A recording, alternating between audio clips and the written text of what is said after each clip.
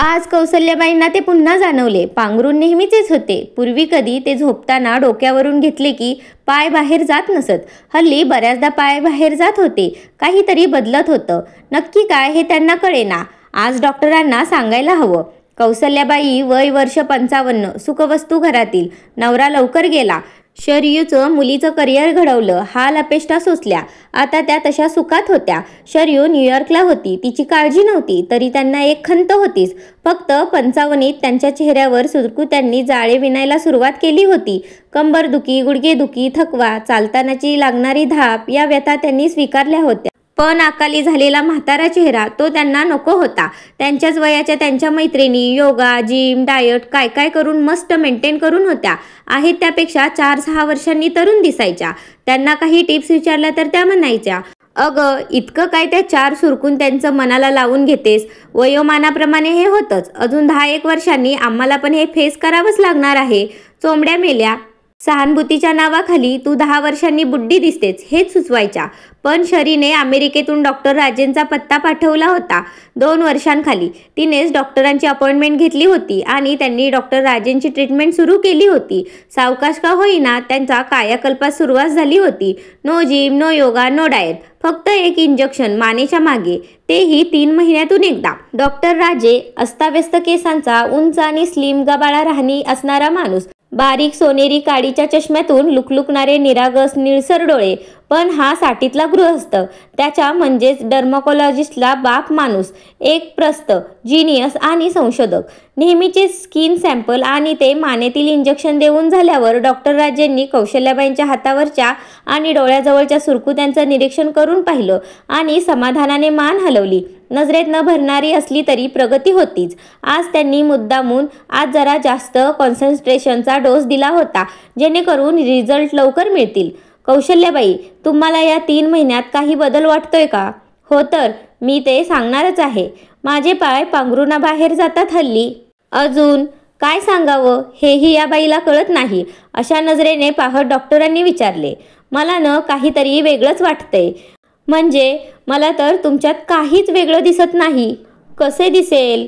मला आतून काहीतरी बदलत असल्यासारखे वाटतंय.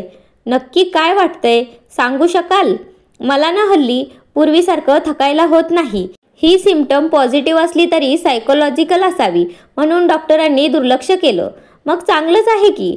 अजून मला पूर्वीपेक्षा खूप एनर्जेटिक वाटते. गुडघेदुखी, कंबरदुखी पळून गेलीये. तुमची औषधं लागू पडत आहेत. चेहरा पण जरा बरा दिसतोय. ठीक आहे, पण फार ट्रेनिस म्हणजे थकवणार काही करू नका, कारण तुमचे हार्ट खूप वीक आहे. वर मधुमेह, तेव्हा जपून राहा. कौशल्याबाई निघून गेल्या. त्या दिशेला पाहत वेडीबाई हे स्वतःशीच पुटपुटले, कारण ते जी ट्रीटमेंट देत होते त्यात फक्त त्वचेच्या संबंधित औषधे होती. त्वचा ही शरीरातील बदलांशी संबंधित असते. वय वाढेल तसे शरीरातील अवयव क्षीण होत जातात. मग बाह्य कातडीवरही जरा किंवा झुरळ्या पडायला सुरुवात होते. माणसाचा चेहरा म्हातारा दिसायला लागतो. हे नैसर्गिकच असते. जर शरीरातील अवयवांचा आणि त्वचेचा असलेला संबंध तोडता आला तर त्वचेचे वय थांबवता येईल. पुराणातील वराप्रमाणे माणूस अजरामर नाही झाला तरी अजर मात्र नक्की होऊ शकेल. आणि यावर डॉक्टर राजेंचे गुप्त संशोधन गेल्या 10 वर्षांपासून चालू होते. त्यांच्या अथक प्रयत्नांना यश येत होते. त्यांनी एक हार्मोन तयार केले होते. ते एकदा पाठीचा कणा किंवा कवटीच्या जोडातून मेंदूत सोडले की ते मेंदूवर आपला अंमल सुरू करणार होते. मेंदू शरीर संचलन करताना त्वचेस न बदलण्याचे संकेत देणार होते. हे हार्मोन टप्प्याटप्प्याने देत एका ठराविक वयापर्यंत त्वचा आली की थांबायचे होते.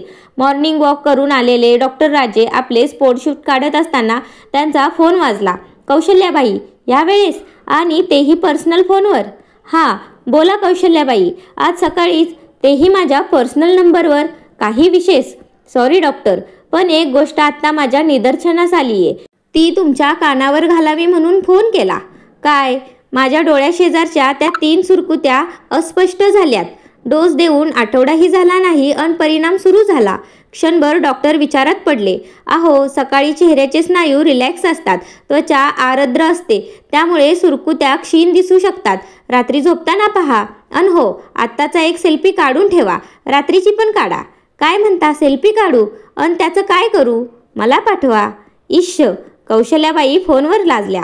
अरे देवा, अहो मला झाला असेल तर तो बदल कळवा म्हणून सेल्फी पाठवा म्हणतोय. खरंच ही बया म्हणजे कठीण काम होते. सकाळचा चहा झाला होता. कौशल्याबाईंनी स्वतःला समोरच्या पूर्णाकृती आरशात निहाळलं. आरशाच्या वरच्या चौकटीला त्यांचे प्रतिबिंब टेकले होते. पूर्वी 2 बोटांची फट राहायची. त्यांनी पुन्हा निरखून पाहिले. बरोबर, पूर्वी कंबरदुखीमुळे त्या नकळत किंचित वाकून उभ्या राहत आणि चालत. आता तो त्रास नसल्याने त्यांच्या पाठीचा कणा ताठ झाला होता. डॉक्टर राजे म्हणजे साक्षात अश्विनी कुमार होते. Thanks doctor. त्यांनी माळ्यावरचे शरीनी पाठवलेले स्पोर्ट शूज काढले. धूळ झटकली आणि ते पायात घालून त्या घराबाहेर पडल्या. हे शूज घातल्यावर त्यांना एकदम कॉलेजचे दिवस आठवले. रनिंगमध्ये मिळालेले असंख्य मेडल्स आणि त्या निमित्ताने झालेले कौतुक पण आठवले. ते सोनेरी दिवस, तो त्यांचा उबदार सहवास. कुठे असेल सुरशा, कोणास ठाऊक. पुन्हा ते दिवस परत यावेत असे त्यांना प्रकर्षाने वाटले. कितीतरी दिवसांनी त्या अशा सकाळच्या मोकळ्या हवेत निघाल्या होत्या. त्यांच्या 70 फ्लॅटच्या इमारतीभोवती एक छोटासा जॉगिंग ट्रॅक होता. त्यांनी 4 पावलं थोडेसे भरभर चालून पाहिले. काही त्रास झाला नाही. हाय कौशल्या काकू, आज एकदम फिरायला. शेजारची मंजेरी हाय करून जॉग करत पुढे निघून गेली. पुन्हा त्यांनी 8-10 पावले जरा जोरात चालून पाहिले. No problem. पर्समध्ये सॉर्बिटोजची गोळी असल्याची खात्री करून घेतली. वाटला त्रास तर घेऊ, थोडं जॉग करूयात. त्या जॉगिंग करून घरी आल्या तेव्हा तासभर उलटून गेला होता. थकवा वाटत नव्हता, उलट फ्रेश वाटत होते. उद्या रनिंग पाहू करून त्यांनी मनाशी ठरवून टाकले. डॉक्टर राजे डोळे फाडून कौशल्याबाईंनी पाठवलेल्या सेल्फी पाहत होते. तेवढ्यात रोजी त्यांची पीए कुरिअरने आलेले मुंबई आणि कलकत्ता लॅबचे कौशल्याबाईंचे स्किन रिपोर्ट घेऊन आली. ते मुद्दामून रिपोर्ट्स कुरिअरने मागवतात, कारण अजून त्यांचं संशोधन ऑफलाईनच ठेवायचे होते. सर, काय इतकं त्या मोबाईलवर पाहताय? रोजीने विचारले. त्या कौशल्याबाईंनी त्यांच्या सेल्फी पाठवल्यात, त्या पाहत होतो. म्हातारा चाळवला की काय? डॉक्टरांना बोलण्यात काहीतरी गल्लत झाल्याचे रोजीच्या चेहऱ्यावरून कळले.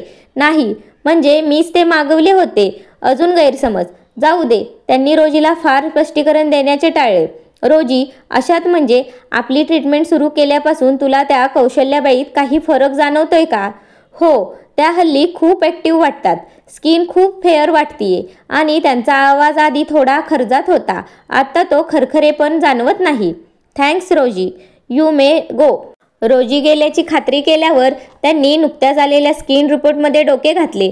अधूनमधून ते कौशल्याबाईंची सेल्फी पाहत होते. बाई बावळट होती पण खरे बोलत होती.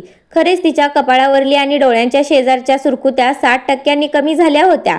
शिवाय मुंबई रिपोर्टप्रमाणे त्यांच्या कातडीचे वय 48 होते, तर कलकत्ता रिपोर्ट 47 दाखवत होते. हा वैज्ञानिक पुरावा होता. ट्रीटमेंट सुरू केली तेव्हा दोन्ही लॅबचे रिपोर्ट 50 दाखवत होते.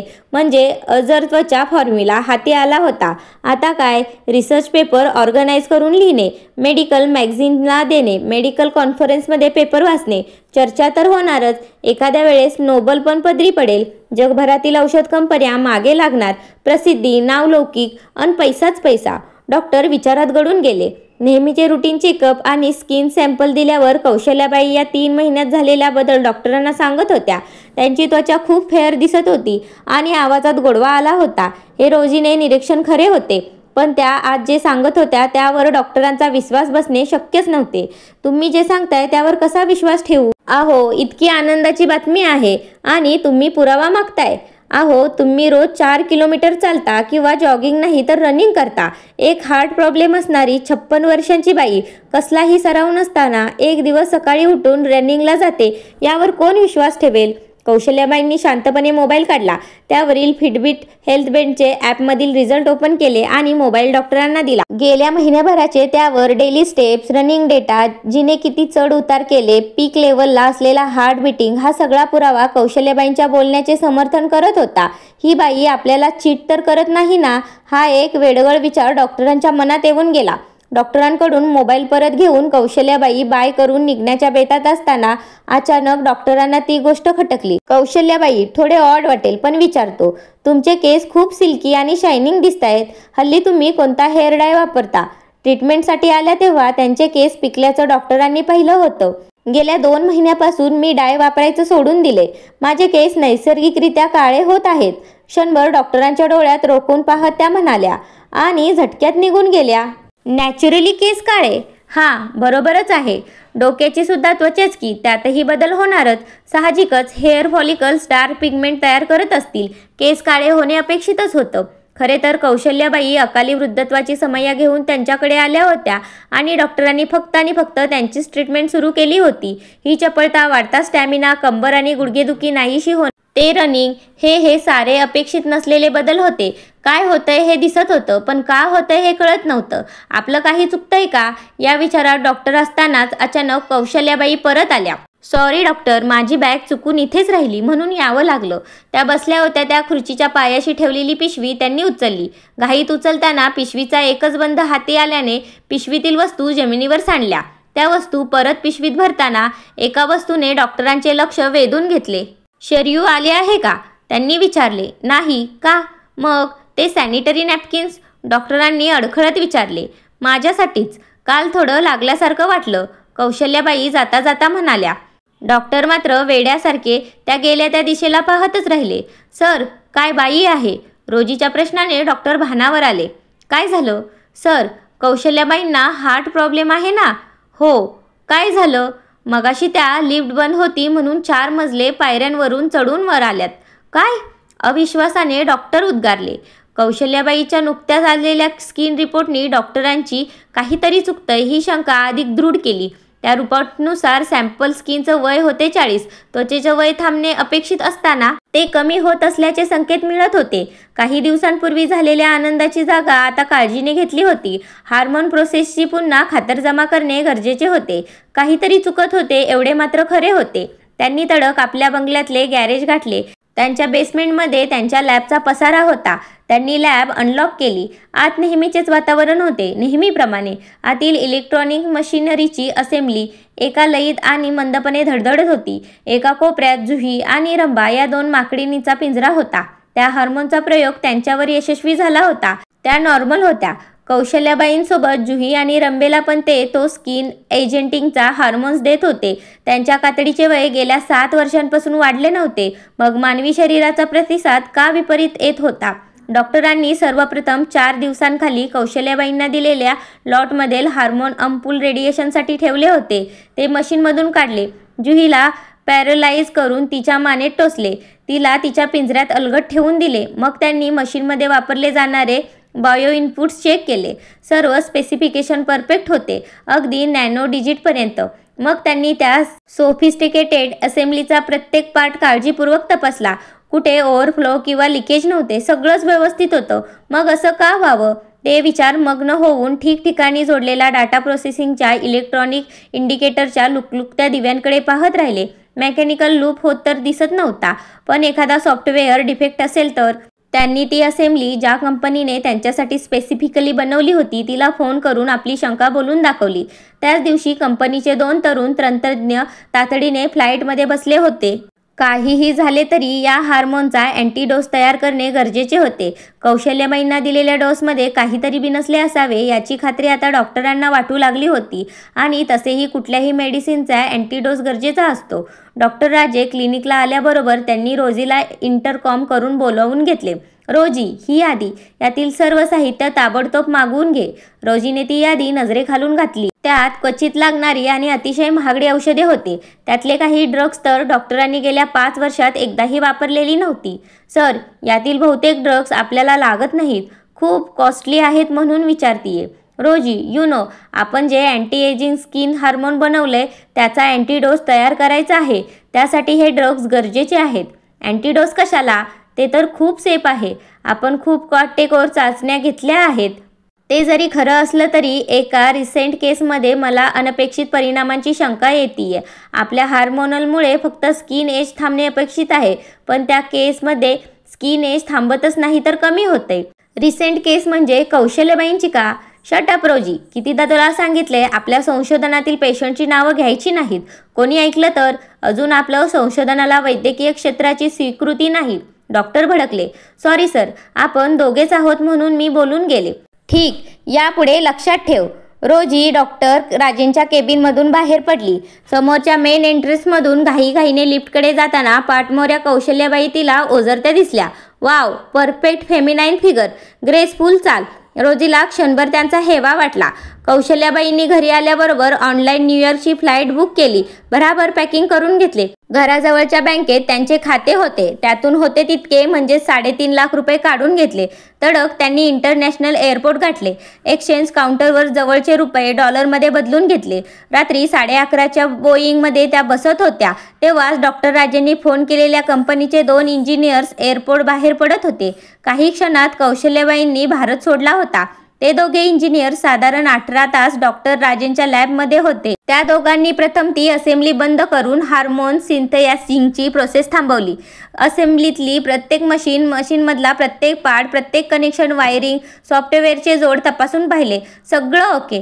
मग त्यांनी सॉफ्टवेअरचे प्रोसेसिंग चेक केलं. No loophole. शेवटी दोष सापडला. तो शेवटच्या रेडिएशन युनिटला जोडलेल्या इंडिकेटरमध्ये. लास्ट स्टेजला हार्मोन कितीही काळ रेडिएशनला एक्सपोज होते हे दाखवणारे इंडिकेटर अपेक्षित रीडिंग दाखवत असले तरी ते बंद पडले होते. कौशल्याबाईंना दिलेले हार्मोन ओव्हर ॲक्टिव्हेट होते. जुही ते रिसेट करू शकली होती, परंतु ती स्टेबल होती. दुसऱ्या दिवशी सकाळीच डॉक्टर राजे क्लिनिकला आले. त्यांनी कौशल्याबाईंना फोन लावला. मोबाईल लागेना, स्विच ऑफ. मग त्यांनी लँडलाईन ट्राय केला. नुसती रिंग वाजत होती. कुठे गेली ही बया? बहुधा रनिंगला गेली असेल. पण तासाभरानेही त्यांना कौशल्याबाईंचा कॉन्टॅक्ट करता आला नाही. मग रोजीला फोन करायला लावला. रोजी, क्लिनिकला येताना कौशल्याबाईंना गाडीत घालून आण. ती बया फोनवर सापडत नाहीये म्हणून तुला सांगतोय. आज डॉक्टर कौशल्याबाईंना एका वेगळ्या अँगलने तपासायचे होते. त्या ओव्हर ॲडिक्टेड हार्मोनने मेंदूमार्फत शरीरात काय थैमान घातले आहे हे पाहायचे होते. जुही ते हार्मोन एकतर रिसेट करू शकणार होती किंवा तिच्यावर परिणाम उशिरा दिसणार होते. माझ्यासाठीच. म्हणून सॅनिटरी पॅड्स पिशवीत घालतानाच्या कौशल्याबाई डॉक्टर राजेंच्या नजरेसोबत हालत नव्हत्या. त्यावेळीशी ती त्यांच्या डोळ्यातली चमक, गालावरची आणि नाकाच्या शेंड्यावरची लकाकी त्यांच्यातील तारुण्याची साक्ष देत होती. त्यांचं ते रनिंग, जिने चढणं, मला आतून बदलल्यासारखं वाटतंय म्हणणं, हे सगळं या ओव्हर ॲक्टिव्ह हार्मोनमुळेच होतं. रोजी हात हलवत होती. सर, त्या घरी नाहीत. कालच त्या बॅगा घेऊन घराबाहेर पडताना फ्लॅटच्या सिक्युरिटीला दिसल्या. डॉक्टरांनी कपाळाला हात लावला. शेवटचा प्रयत्न म्हणून त्यांनी अमेरिकेतील शरीराशी संपर्क साधण्याचा प्रयत्न केला, पण उपयोग झाला नाही. कौशल्याबाईंच्या त्वचेचे वय नव्हे तर त्यांचेच एज रिव्हर्स होत आहे की काय, ही शंका डॉक्टरांना बेचैन करत होती. कौशल्याबाई स्वतःला गरम कपड्यात लपेटून सोफ्यावर बसल्या होत्या आणि शरीर त्यांच्यासमोर जमिनीवर फटकल मारून बसली होती. आई, मला अजूनही वाटतंय की तू चूक करत आहेस. तू डॉक्टर राजेंच्या संपर्कात असायला हवंस. असं अचानक तू भारत सोडायला नको होतंस. नाही शरे, माझा निर्णय योग्यच होता. माझ्या नशिबानं म्हण की डॉक्टर राजेंच्या गाढवपणानं म्हण, मला माझं हरवलेलं तारुण्य परत मिळतंय आणि ते मला हवंय. मी पुन्हा राहून गेलेले जगणार आहे. केलेल्या चुका टाळून जगणार आहे. मूर्खपणे लाथाडलेले सुख पुन्हा उपभोगणार आहे. लोक काय म्हणतील या पोकळ भीतीपायी राहून गेलेलं मी पुन्हा जगून पाहणार आहे. आजच तुम्हा तरुणांचं जग आणि जगणं मला जगायचंय. नियतीने दिलेली संधी मी दवडणार नाही. तो डॉक्टर मला अँटीडोस देऊन पुन्हा म्हातारी करण्याच्या विचारात होता. मी त्याला रोजीशी बोलताना ऐकले आणि म्हणून मी तशी तडकाफडकी निघून आले. मी त्यांचा फोन नंबर ब्लॉक केलाय. तूही कर. मी येथे आल्याचे सांगू नकोस. कौशल्याबाईंनी शर्यूला निक्षून सांगितले. Wow, she is really lucky. शर्यूला आईचा मुद्दा पटला होता. खरेच नियतीने संधी दिली आहे का? शाप हे येणारा काळच ठरवणार होता. निसर्गाच्या नियमाविरुद्ध मिळालेल्या आदेशाचा मेंदूने स्वीकार केला होता. म्हणूनच शरीरातल्या प्रत्येक पेशीला ते आदेश मिळत होते आणि त्याचे पालन केले जात होते. यातून त्या मेंदूच्या पेशीसुद्धा सुटल्या नव्हत्या. कौशल्याबाईंचे वय झपाट्याने कमी होत होते. शर्यूला आईला सोबत नेताना सुरुवातीस कौतुक वाटायचे, मग हेवा वाटू लागला आणि आता तर तिला काळजी वाटू लागली होती, कारण त्या आता तिच्या लहान बहिणीसारख्या भासू लागल्या होत्या. सुरुवातीला मी लाईफ पुन्हा एन्जॉय करीन म्हणणाऱ्या कौशल्याबाई हल्ली उदास एकलकोंड्या होत होत्या. त्यांच्या गालावर पिंपल्स गर्दी करत होते. एक दिवस आपला दात दाराच्या वरच्या बोर्डपर्यंत पोहोचत नाही, त्यासाठी टाचेवर उभे राहावे लागते हे कौशल्याबाईंच्या लक्षात आले. त्यांनी भिंतीला टेकून उंची मोजली. 3 इंचाने उंची कमी भरत होती. रोजच्या वापरातले कपडे मोठे होऊ लागले. शूज पण मोठे होत होते. आता मात्र शर्यूने धीर सोडला. फार काळ थांबणे तिला शक्यच नव्हते. आई झोपली असताना एके रात्री तिने डॉक्टर राजेंना रिंग केली. डॉक्टर, आईचं काय करू? आहो, कुठे आहेत त्या? काय झाले? मला न सांगता त्या अचानक बेपत्ता झाल्यात. तिचं चुकलंच. सॉरी, पण काय? अहो, तुमच्या ट्रीटमेंटने तिच्या चेहऱ्यावरच्या सुरकुत्याच नाही तर वय पण कमी होतंय.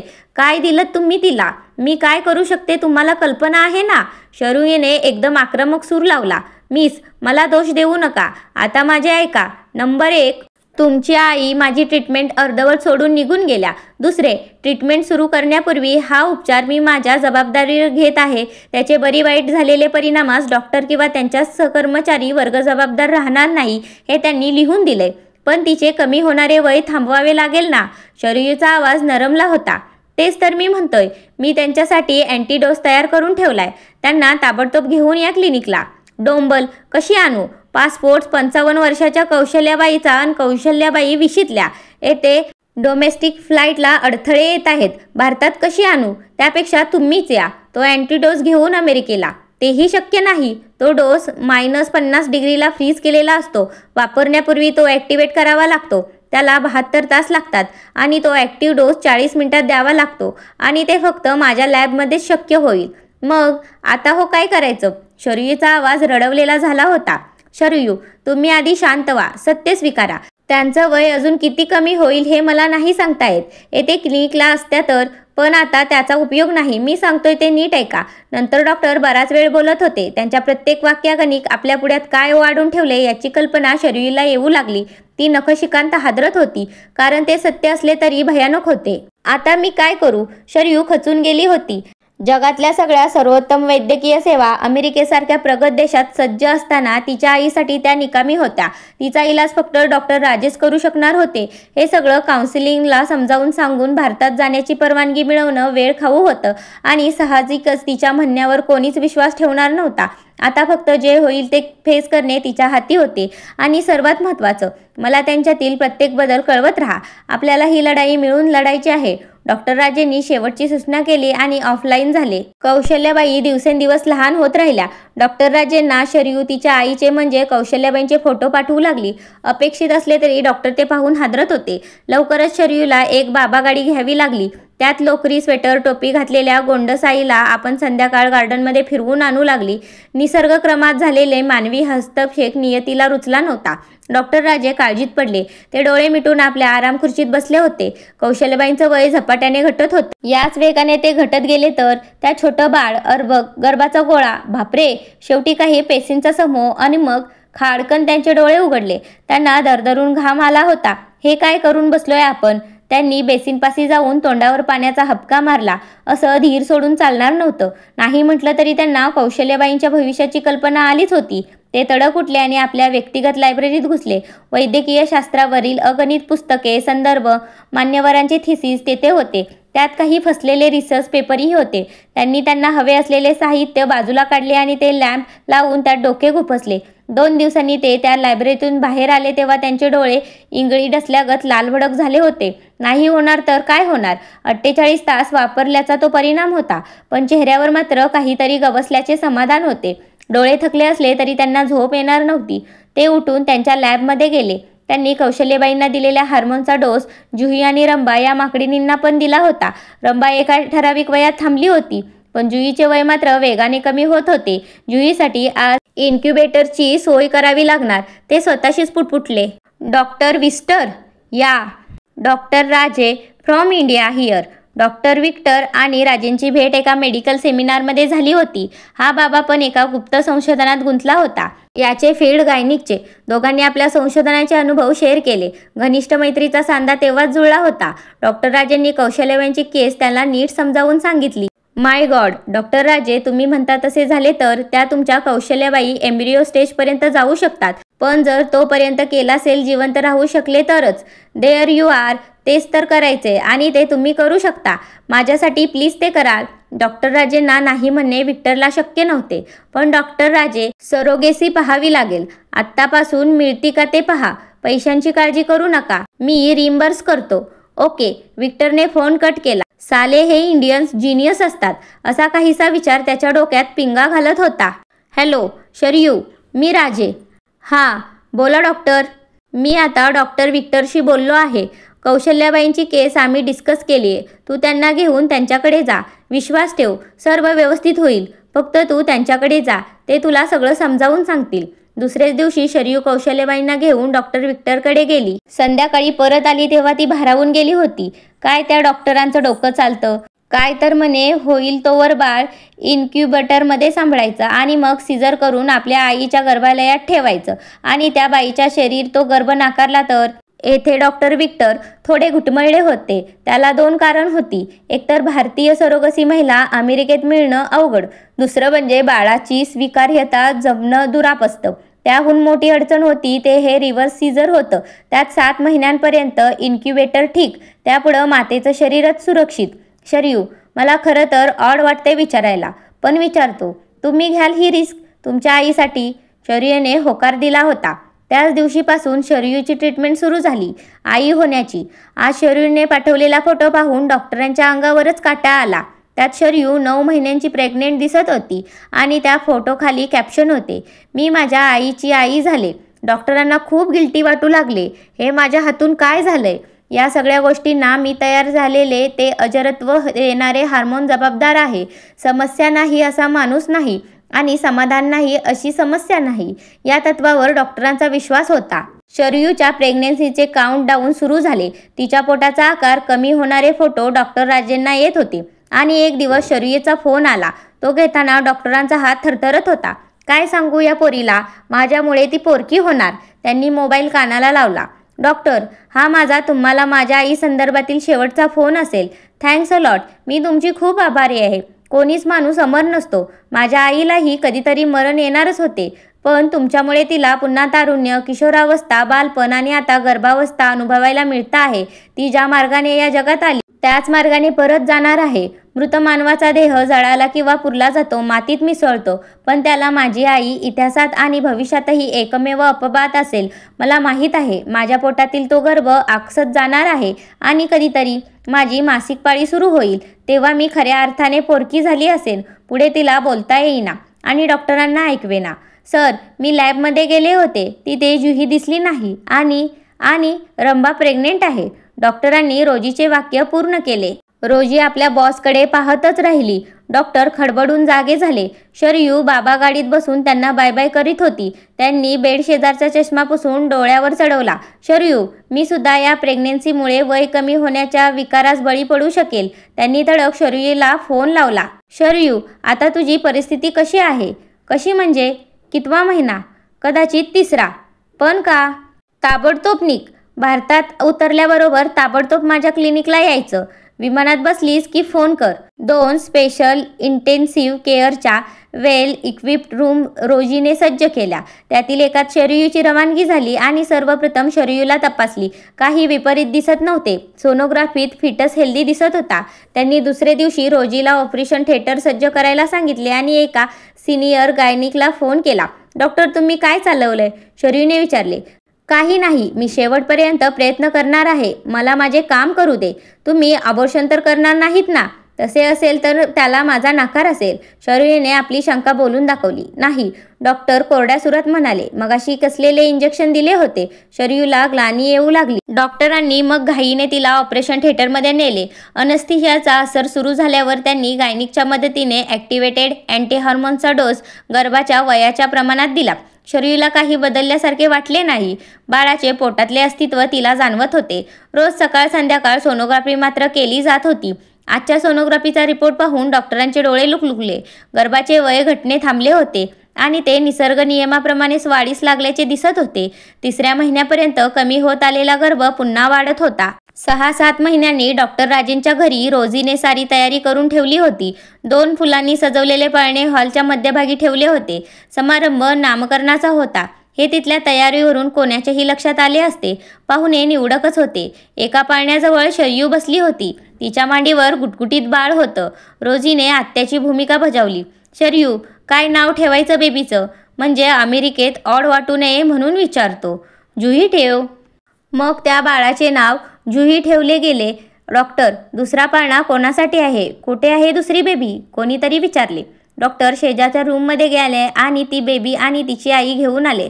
सर्वांना आश्चर्य वाटले. त्या बाळाची आई इतके लोक बघून डॉक्टरांच्या मागे लपली. मखमली कपड्यात गुंडाळलेले ते बाळ फुलासारखे अलगद हातात धरून डॉक्टर पाळण्यापर्यंत आले.